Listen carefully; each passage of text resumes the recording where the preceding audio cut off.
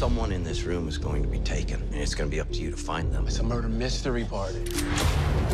Whoever finds the victim wins the grand prize. You're not going to know what's real and what's fake. Wait a sec, you can't just come in here and break the door. Oh! Looks so real. Guys, make sure you get a piece of this cheese. Oh, It's just... First one that follows us gets shot. Okay, Roger that. You drive safe. Rachel McAdams and Jason Bateman are teaming up in the new comedy Game Night. With more on this and other new releases this week, I want to bring in Richard Crouse, film critic and host of Pop Life. Hello, Richard. Nice to see you. This looks like a fun movie. It is a fun movie. So it's about Jason Bateman, Rachel McAdams. They're a married couple, and they are competitive. They have game nights every weekend where they invite everybody over, and they border on unpleasant because they are just so eager to win everything. Even when they get married, they have a dance off at their wedding, you know. So this is what they're like. When Jason Bateman's brother, played by Kyle Chandler, comes to town and throws his own murder mystery that actually kind of becomes a real mystery in real life, they have to solve it. And they use all the things that they've learned from years of playing games to get to the bottom of this real life mystery.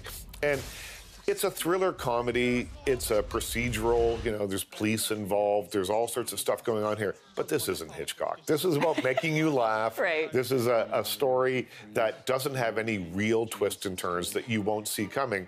Jesse Plemons, who we're seeing on screen here, we know him from Friday Night Lights and from Fargo, is fantastic as the neighbor Gary, who has a 1,000-yard stare and just some very interesting mannerisms about him. So he's very funny. Jason Bateman can deliver a line. I don't know what it is about him, but he just has a way of saying things that make me laugh. And we forget that Rachel McAdams is really good at light comedy. Yeah. She started off with Mean Girls and things like that. Lately, we've been seeing her in movies like Southpaw and True Detective, where she's been taking on weightier stuff. She fits in here like a glove. It's good stuff. So 3.5 out of 5 stars. Okay, the next movie is called Every Day. How do you explain a teen romance movie that is about a spirit that jumps from body to body?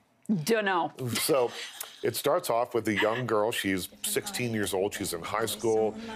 She is dating her teen crush. They're in a relationship, but he doesn't treat her very well. Until one day, they have the perfect day. They go out, they skip school, they go to the beach. She says, "It's the best day of my life." Next day, he's back up to his old tricks.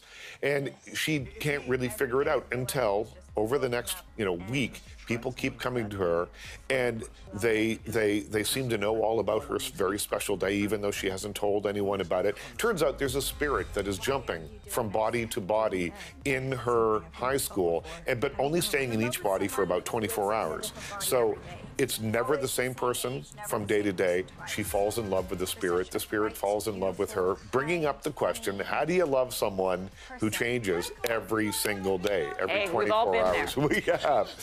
And this is a movie that is just deadly for the first 30 minutes. I mean, I hated this movie for the first 30 minutes. Nothing really seems to happen in this thing.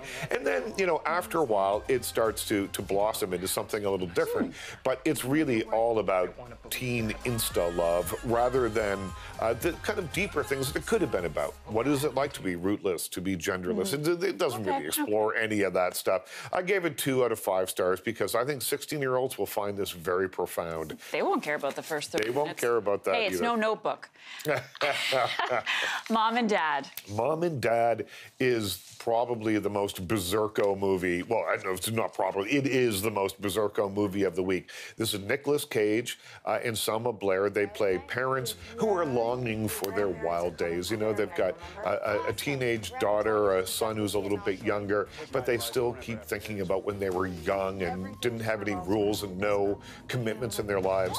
And then a plague hits town that... Strange turn. Well, yeah, that allows parents to act on all those things. You know, when a parent says, I could just kill my kids. Well, the plague actually allows them, makes them kill their kids. So for about an hour of this movie, Selma Blair and Nicolas Cage are actively trying to hunt down and kill their kids.